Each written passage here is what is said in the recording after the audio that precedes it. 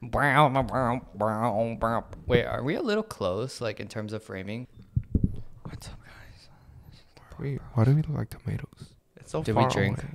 No, we drank. Is this alcohol? Is this vodka?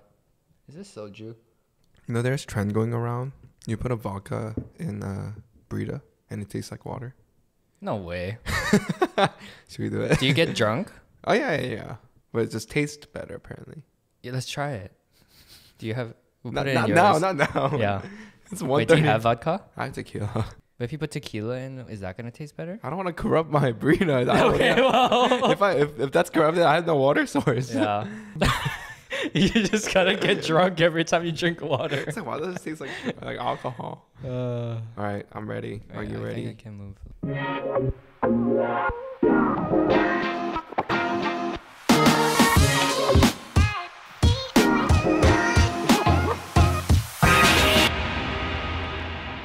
Well, back. Well, back. I knew this was gonna happen. I was gonna say welcome back, and it said well back. Well, back.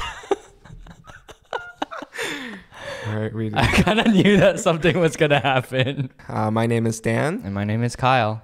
and yeah, this is not gonna work, Kyle. I don't know what to say afterwards. One more, Kyle, you go. I guess I'm gonna be the one who introduces us I every think time. Okay. that's fine. Welcome back to the BoriBros. My name is Kyle. And my name is Dan. We're happy to have you back. How are you doing, man? I'm doing good. Work has been interesting because I've been thinking about not really pivoting, but just kind of learning a new aspect of my role, which is kind of in UX and UI development. And I want to apply that to the content that my company creates and sort of some of the products. So that's been really fun. I'm like a professional Squarespacer now. Oh, did you get certified? No. But I'm really good, I think. And I'm also learning Webflow, which is fun as Today's well. sponsor, Squarespace. Which is today's sponsor. Is it Webflow or is it Squarespace? Nothing. Yeah. How about you? How's your week? It's been feeling like a weekend every single day. Because funny story. I was laid off from my full-time employment this Tuesday because my position, I was the only one in my team that was based in US, and then they're moving it to their country. This week's been like flying by. My friend was over, so I just put my head Down. yeah, I just put it aside for a bit just to kind of, like not panic. I'm doing much better than I should be because I don't think What do you mean by that? like normally, like when you get laid off, you're like panicking, like, oh, like what am I gonna do? How am I gonna pay rent? How am I gonna live in New York? After organizing some thoughts for the past couple of days, I have a good amount of cash saved in order to live throughout the rest of the year. And also, I think the job market isn't as bad as I thought it would be. Really? So yeah, there are a lot of places that are currently hiring for my role, which is a financial analyst role. So if you know any place, please refer me. Just kidding. Just kidding. And then I'm just like, I just finished updating my resume, finished applying to unemployment. Can I ask, like, what's the hardest part about like being unemployed? I mean, it's only been like a couple of days. I know, but like, just your quick take, I guess. It's definitely the uncertainty of what's going to happen, especially with the holidays coming up soon. I know during the holiday season, companies are not hiring as much. Last time I looked for this job was back in February. It was nice because they reached out. So I had that leverage in terms of like negotiating. They're the reason why I had to move because initially it was supposed to be remote. And then they kind of had that policy changed as I signed the offer letter. Now they like initially gave me 2 weeks of separation pay, which is pretty bad because I feel like I'm not too comfortable that I'll find a job within 2 weeks. So I'm giving myself a month to like kind of find something. Halloween is gonna be my deadline to figure something out so that for the rest of the year I should be okay. Did anything happen this week for you? In terms of Life? Just like the career stuff. I've been like really studying a lot of UX and UI development. I mean, that's been taking up most of my I guess, my energy. Mm-hmm. And then my friend also came and visited yesterday. She was gonna be on the podcast, but because yesterday was her last day, she wasn't able to make it. And your friend was from Hawaii? My friend from Hawaii, yeah. Gotcha. But yeah, as we're talking about the layoffs and career change or studying Career change. Not career change. What are you doing? I'm just like studying a different aspect within my career, I guess. Career development. Yes. Today we're gonna talk about jobs, careers, and self-development. Basically, you can clean that up. See, my mind is not at one place right now because it's just all over the place. Mm-hmm. I think I'm kind of overwhelmed with everything that I need to do with the time that I've given. Mm-hmm. Now that I have so much time on my hand, I feel like I have to constantly do something rather than just like sit down and do nothing. When I had a job, I feel like I was kind of justified, like where, I need some rest. Like I need to kind of give myself some break. Mm-hmm. But now it's just like 24/7 is a break. It's weird. It sounds like you're working more now that you're unemployed more than you're like when you were actually employed, if that makes sense. Or like your brain's like working more. I feel like this phase of job searching is the most exciting because you see all these job posts and be like, oh, just imagining yourself working there. Mm-hmm. And then it kind of fades. Like you apply and then you don't hear back for like a couple of weeks and you're just like, oh, they're not going to be like new job posts every single day. Yeah. So once you apply to everything you could, you're just kind of waiting and doing nothing, which is the frustrating part, right? Yeah. I also need to kind of practice interviewing. Oh yeah. Because it's been a bit. But I think because now I think I have enough job experience in my field, that I have enough examples to talk about, especially when they give like a situation-based questions. Right. So I think once I can get that organized, everything is good. So check our podcast every week to see where I'm at. But in the meantime, I'll be enjoying this fun employment. Yeah. And then like... What are you looking at? Sometimes Jen is like, you have Otis eyes, and she says like when my eye kind of goes like left and right, like he was like looking at my ceiling. I was like, what's there? I know Oreo's down there. Part of it's my ADHD. Not gonna lie to you, but yeah, kind of continuing that on, I do have a couple questions for us while we're talking about jobs. Okay. Just going all the way back from our childhood. One thing I want to know is, what did you want to become when you were younger? And like, can you explain what you're doing now? Mm-hmm. And why do you think it's different? Like, what made you shift that path of what you wanted to do rather than like what you are now? Yeah. So as a child, I wanted to be a police officer, or I wanted to be in the military. Like I wanted to drive the tanks. I wanted to drive the airplanes. I had like the little miniature military toys, and I would like pretend they're having wars and stuff. I would have like this big like ship, what is it called, the carriers, and then inside would be all of my planes, and I'd be like as all the boys do when they're young. Yeah, but that was like literally the best. I actually wish I had that so I could still play with it. You keep hitting your head on that. I keep not thinking about this side. As I grew older, I didn't really think about my career. In high school and in middle school, I started to film skate videos with my friends. And then I learned what editing was. And I was like, wow, this is like so fun. Like you can like, and then you can like make it really fast, like, and then. You're really good at that. Thanks. Yeah, that really interested me.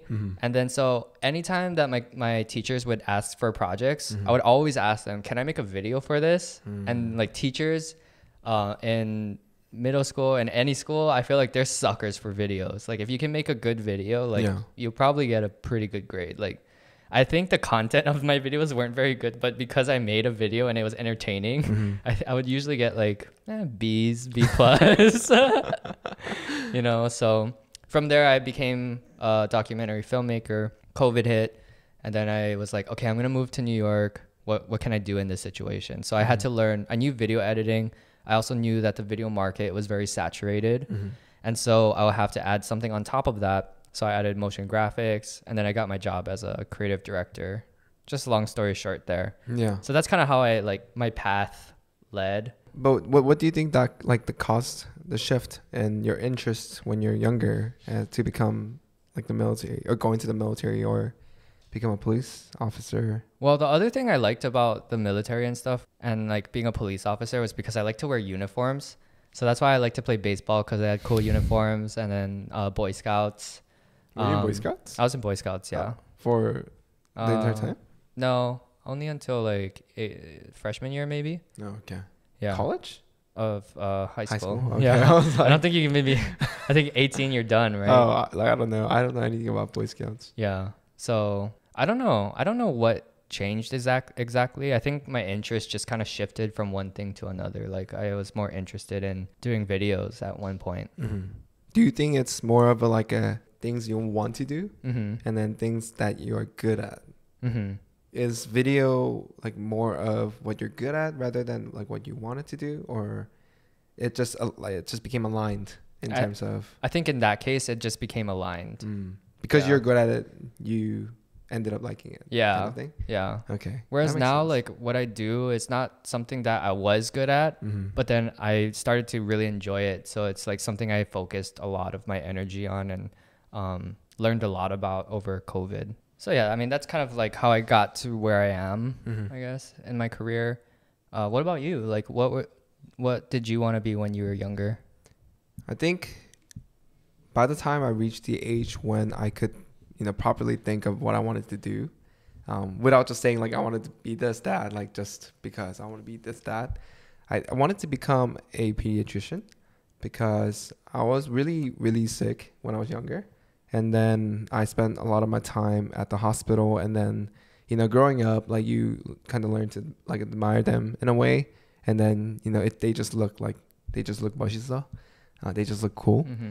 Fortunately, in my high school, there was like a career pathway you get to choose in the freshman year, whether you want to go into like a medical field or like healthcare field or like business or engineering. And then I just ended up choosing healthcare. And then like at the end of the year, I was able to kind of like shadow all the departments in the children's hospital in Georgia. That also gave me like more ideas of what they do. And then, like I was very interested on what they were doing. I think it started changing once I got into college and we started taking classes, especially like bio and like organic chemistry. I was not good at science at all. It just was not practical enough for me to kind of wrap my head around it. And then like, even if it's like a simple concept for some people, I just like tend to overthink everything. And then it's like, it must not be it kind of situation.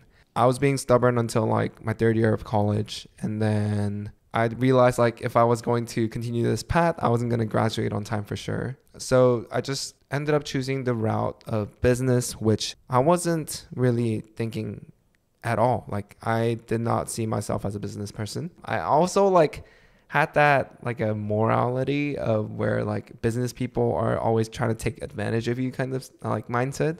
Whereas like a healthcare, I can like make changes and then like could help people, especially like if I look at myself when I was younger and I was sick. So I think that was like more attractive in the beginning. But I did realize I was much better, not like the best, but much better in terms of finance because it was very practical. I didn't go into corporate finance in the beginning. I went into like a wealth management, which is more like a personal finance where you have a client and then you help them manage their money. So it made a lot of sense in terms of our family being immigrants and they need like help financially, whether it's like saving for retirements or like when they sell houses, like how the tax consequences are going to be and things like that. So because I was able to learn that in school, it was very like useful for me.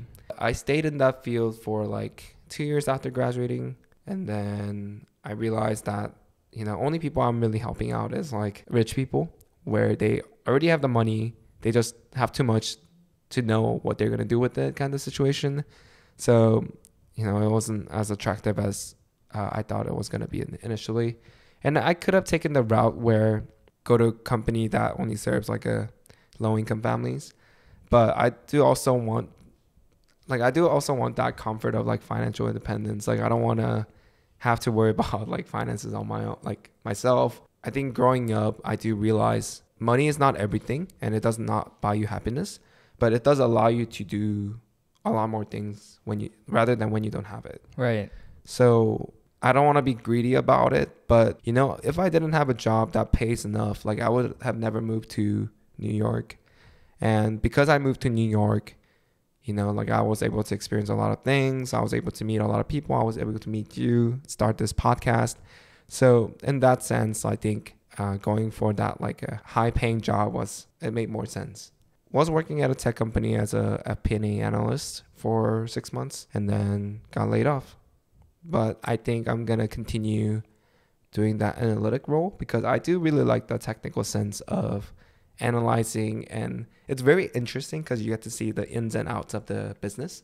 And I think ultimately I want to have some sort of business on my own, and this is really giving me the opportunity to learn that. So that's true. I think that's where I'm at.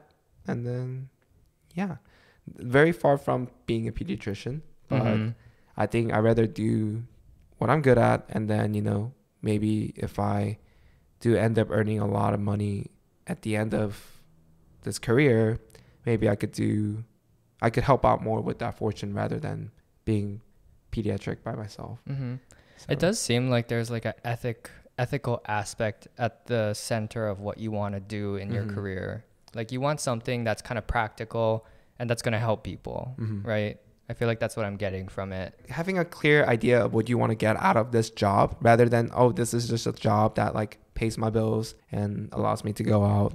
I don't want to like work 9 to 5 without really having much thoughts. I feel like I'll be very miserable. If the money was irrelevant in the scene, what kind of career would you want to pursue, or like what do you want to do? I realized like I really like helping make other people successful, or like just helping them achieve goals. One aspect might be like a life coach. That would be a pretty interesting career, like just really encouraging people to live a better life.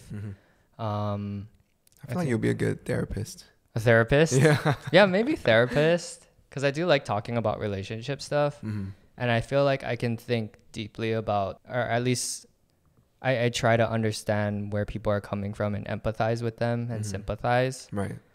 I also think I don't know about working in education, but I do like learning. I like learning new skills, and I like to help people learn it too.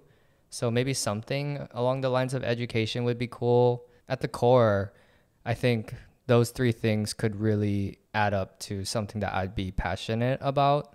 But right now, like I think my goal, or I guess my passion and what drives me in my career, is trying to figure out business solutions for companies through design, which has been really interesting. And it's like whenever I get into these kinds of stages in my life where I'm trying to figure out, okay, do I like this, or like is this something that I want to continue pursuing further?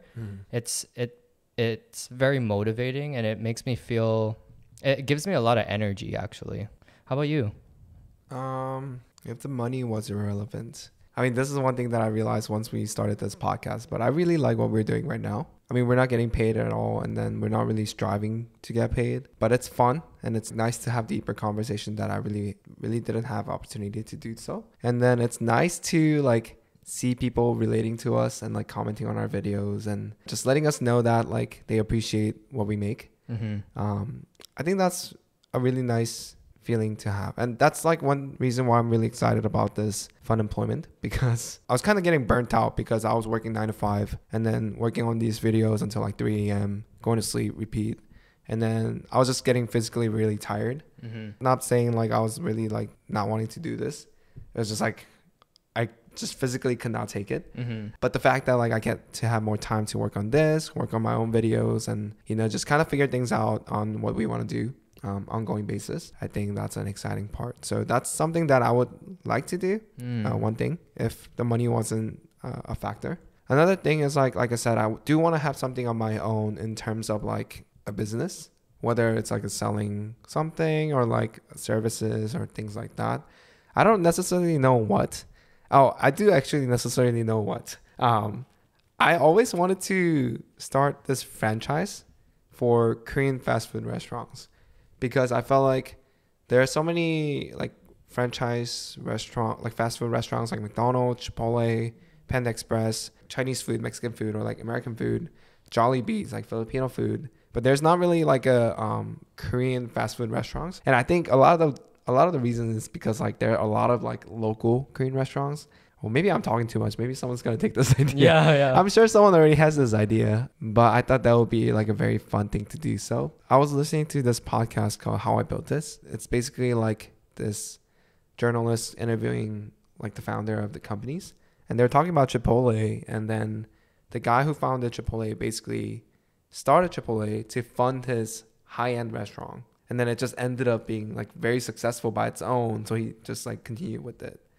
So I guess like you really don't know, like, you know, your intention might go a completely different way than what you initially intended. So 9 to 5 is a good learning opportunity, but it's not something I want to do for the rest of my life, kind of thing. Yeah, that makes sense. So whether it's making videos or making food, I want to do something else. Do you think you could like ever transition into like fully into a creative field?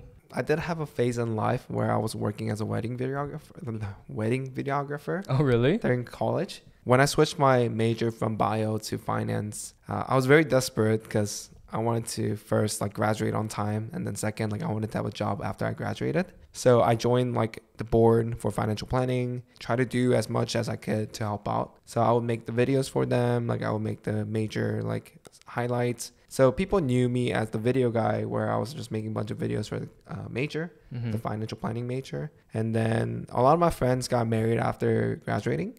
So they all reached out to ask me if I could do their wedding.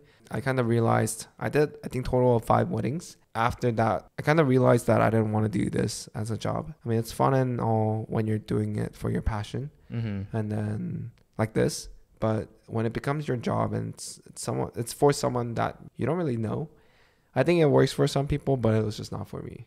I feel like a lot of our generation has kind of like an attention fatigue, where it's like if you're doing the same kind of job for too long, you sort of like get bored of it. Yeah, because there's so many opportunities now, right? I think like back in like our parents' generation, it was like you choose a career, you stick with it throughout the rest of your life. Exactly. You get pension, yeah, and then you're done. Yeah. Now it's just like you learn more as you jump around the companies. And then one thing that I was talking to my friend about it like yesterday is being attached to the company that you work for. Have you been attached to the companies that you worked previously to? Yeah, definitely. Oh, what do you mean? I'll give you an example. So the first company that I worked for, they gave me an internship during the college years. And then they were super nice. They were super nice people. And then I really enjoyed working with them. But when I was leaving, in a legal sense, like I owe them money for the certification that they paid for. Makes sense on a paper, but like the amount of money they were paying me at that time. And then like I also made videos for them and stuff like that too, for free. So I thought they would just kind of let that go. But I think that was me. They still like wanted me to pay, and then I did, which was kind of like hurtful in a way because I was very attached to that company, and I like it took me a really long time to leave that company. Not necessarily because I didn't like them. It was more because like I wanted to do something else. The second company, the fintech startup company that I worked for, when I left, I left again, not because I don't like them, because I wanted to move to New York. So it was not necessarily like burning bridges. And then I also like said thank you to my managers, but like they didn't even respond to my like message. Really? At all. Like they were like, my manager at the time was like the VP of finance at the company, and he just like did not like respond at all. And even in person, he was like avoiding me the whole time. I was just like, okay. He was mad at you. Cool. I mean, they kind of knew it was coming because that was my second time trying to leave the company to go to New York. Yeah. And then like after first time, nothing really changed. That's why I ultimately made the decision to move to a different company. But the most recent company, I feel like I was very unattached, especially because my team was not based here. I only saw my manager in person, no one else in my team. It just felt like a job. And then it sounds like this kind of reminds me of like relationships. It does, like you got hurt by the first 2 companies, and you're like so like, you know, enamored with them, and you're just like want to do your best, like, oh, I'll make you a video like just because. And it's like, oh, like the first one hurts you, is like give me back, like give me the money that I no, it's like that. Because I also have a friend she was also contemplating about like she wanted to leave, but she also felt like she shouldn't because she felt like she owed it to them. Yeah. In terms of giving them the opportunity to work with them and stuff like that. Mm-hmm. But you really got to think this is just a business. Like if the recession comes and then they need to fire people, they will fire without hesitation. Yeah, definitely. Or not fire, lay off. I'm so sorry. Not fire. Layoff. Let's please no one get fired. I mean, if you get fired, it's your fault. Oh, that's true, harsh. though. That's harsh. That's true though. Yeah. So have you ever had those experience where you were kind of really attached to the company, and then when you try to leave, like I've only worked for 2 companies, and like the first company, I like the manager was like my mentor. You know, so I was definitely attached to it. Yeah. I had so many experiences through that company. I got to travel a lot. I got to go in like to these like 5-star resorts because like it was a hotel. It's a hotel, I guess, media company. Hospitality kind of. Hospital. So like we create content like about like local artists and things like that, and then we put it into their TVs. Yeah, so I got to stay at like the Four Seasons on Lanai. I got to stay at like really nice hotels on Maui. I got to travel to New York, and so like when I got to travel to New York, I was like, it was eye-opening for me. So it was actually like, for them it might have been not as great, just in the fact that I really loved New York and I was like, okay, I need to move here. And then he also mentioned during that trip, check out our long distance relationship episode. I forgot which number, but I'll link it here. And there should be box coming up here. Okay. I think it's a good advice that like it's good to get yourself involved into the company and like invest yourself in it. Yeah, like I was involved with them, and then like with the company I'm with now, I'm very much like the team that I work with. So I'm invested in like, you know, that aspect as well. Yeah, but like just also knowing that it's a business. It's not like an individual decision to like let you go.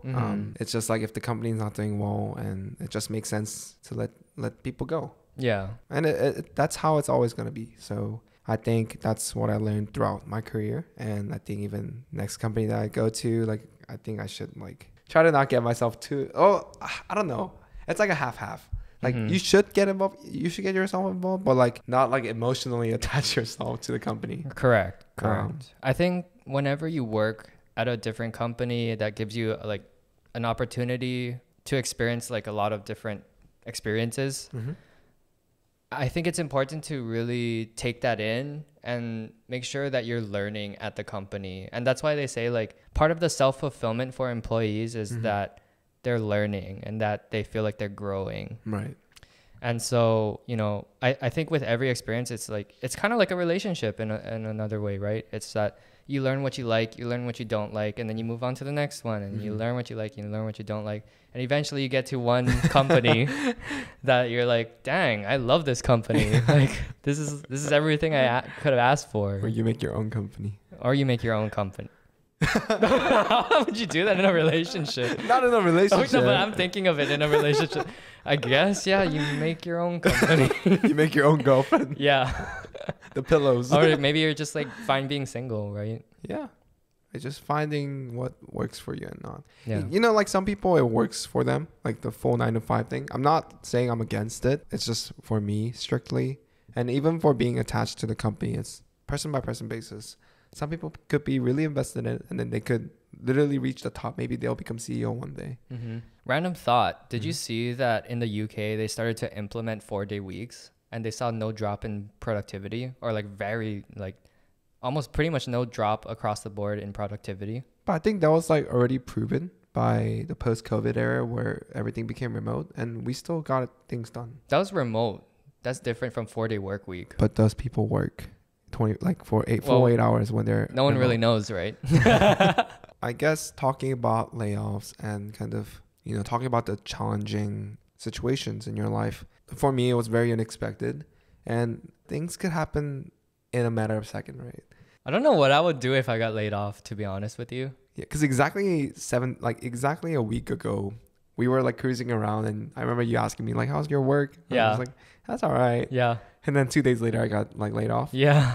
What would be the best way to kind of get over those situations? Or like, overcome those challenging situations where things were unexpected, and how'd you go about that, especially like coming from a J or like a planner? Ooh, yeah. I'm surprised you're not panicking. Well, I feel like Or did you already plan for it, kind of? Like you already have that plan just in case. I did. I was kind of paranoid when the first round of layoffs happened. Yeah. I think being laid off would put me in a state of anxiety to the point where I'm like trying to, like, this is what happened during COVID too. Like, I mean, I left that job, and this was before I knew that I could get unemployment, and before I knew that COVID was going to be a huge thing. So I think in that situation, I really start to learn new skills, and like I just completely just immerse myself in learning that new skill. And then from there, you know, I'll be like applying for like a ton of jobs. Yeah. And I feel like, I honestly feel like in that situation, I'll just be motivated by the anxiety of not knowing or not being able to have like not having a job that's like paying me at the moment. And in that situation, yeah, I mean, that's kind of how I feel like I'd handle it. I don't know if that's a good way of handling it. I mean, it doesn't necessarily have to be a layoff. What if like someone that you really loved just breaks up with you one day? How would you overcome? No, I'm not saying that. Or like your best friend passes away. All right, these are extreme cases, but situations where you're not really expecting. Like the whole COVID situation was not expected too. Like who knew it would last like even till now?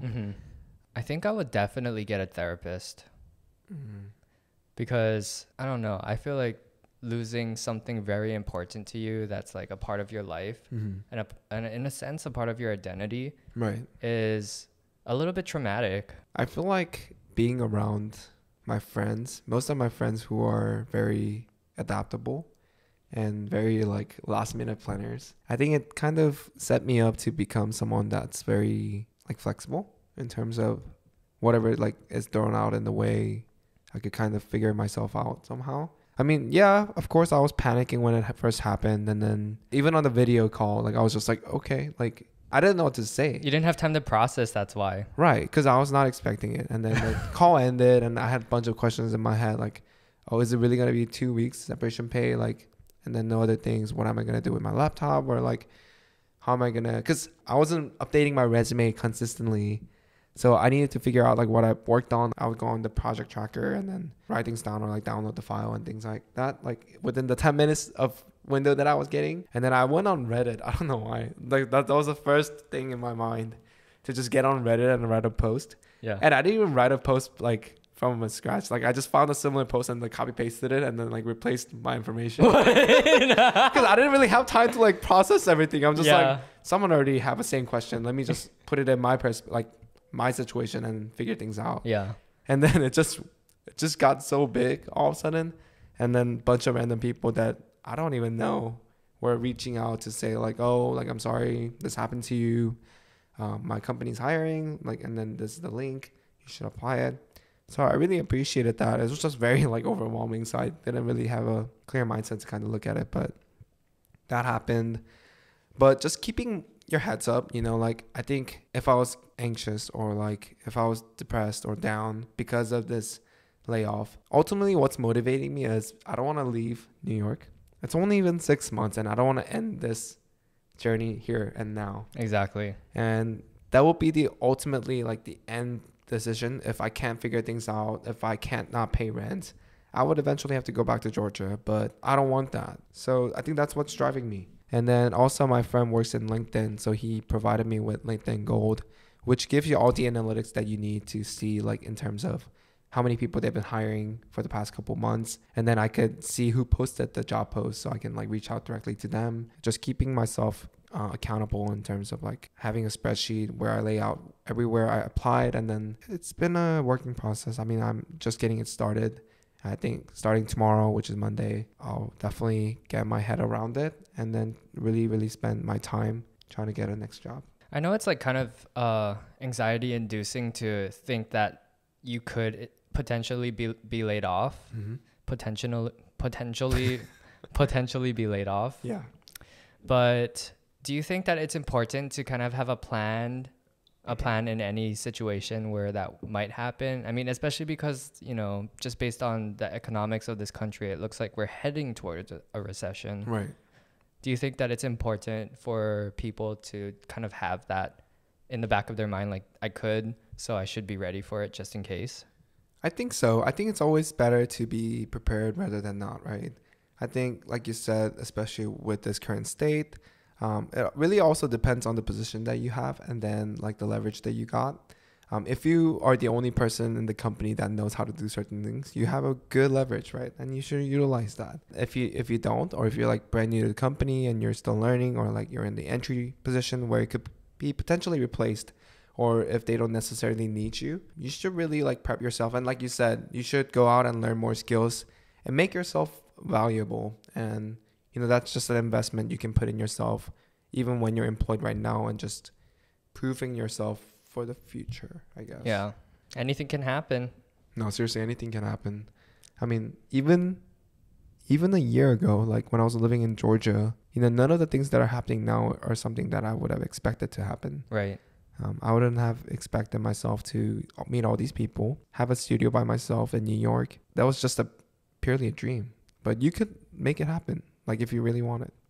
So I would think like situations like this really put you in a kind of growth or slash like evolution kind of time of your life, you know, like where you're really like you're forced to grow. Yeah. The layoffs, I think, are really, really good learning opportunity, or like just like a growing opportunity, because first they give you separation pay. Like you don't have to work and you still have that extra cash to kind of ease your mind into, rather than like you don't have a job and you're just like constantly on a time crunch or something like that. You know, just realign my thoughts on what I want to do for the next upcoming years, especially because this job was solely for me to kind of move to New York. Mm-hmm. And I didn't really think too much about like, is this what I want to do? Is this the like industry that I want to be in? Right. Not finance, but like tech specifically. I remember you mentioned earlier about how you identify job you have is part of your identity, right? Mm-hmm. You said like how to feel to kind of lose that part of your identity. Yeah. Is what you're doing right now as a creative director how you would like to be remembered? That's a good question. I think because I'm a manager of two people, I really want to be remembered by them as someone who helped them grow and always kind of push them to hit new levels in their career. Yeah. Just so that I want to make sure that they're at a place where they feel that they can continue to succeed, even if my company didn't end up succeeding. And as for my managers, I would hope that they see me as someone who's very productive, takes initiative, tries to, you know, output more than I'm supposed to, or more than I guess required. What is given, Yeah. what is required. Yeah.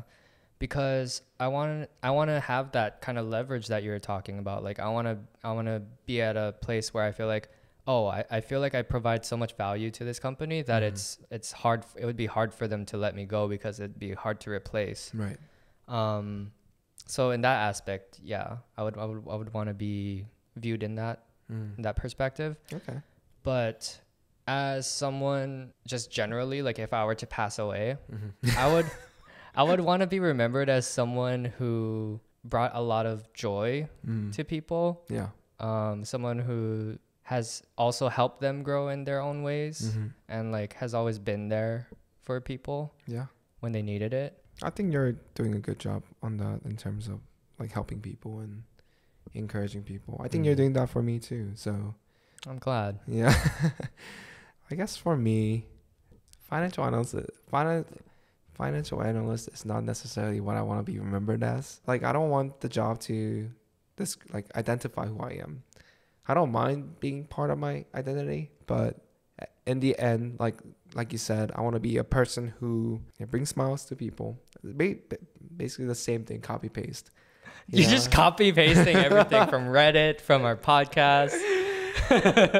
But no, I do relate. Like I do want to like go back to that core of why I wanted to become pediatrician, because I wanted to like help people, and like I know what those kids are going through because I went through, right?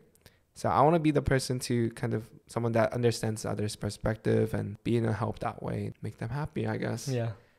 Yeah. I don't need to make all the monies in the world. I don't need to be the most famous person in the world. I just enjoy the people that I have now in my life and being able to be a friend or a person that they can remember as like someone they enjoy being around. Yeah. So Yeah.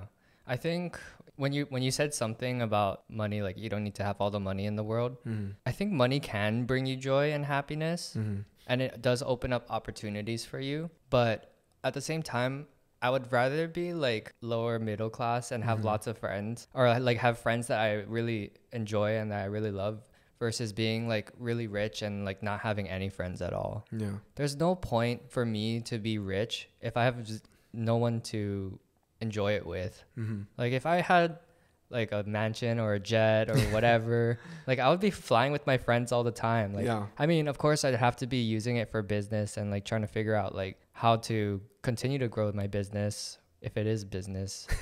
But you know, all of that doesn't really matter to me at the end of the day. Like I want to be able to come home and like spend time with Jen. I want to be able to spend time with my friends and like go on trips with them and like, you know, I think that's, for me, that would be the motivating factor to becoming rich. Yeah. Because I mean, like, yeah, I'm not saying it's like the bad. Yeah. It's just like, I'd rather do this and that. yeah, for sure. Kind of closing this off, do you have any advice or encouraging words for people who are going through like a challenging times, like layoffs or things like that? I think if you're having a really hard time right now, I think it's important that you have a support system. And if you don't, like reach out to a therapist or something like that, because I really feel that your mental health is like the most important thing in this time. And being stressed is the last thing you want to do. You want to be able to kind of optimize your brain for like peak performance. Like you want to just be at your A game or at least your B game. B plus.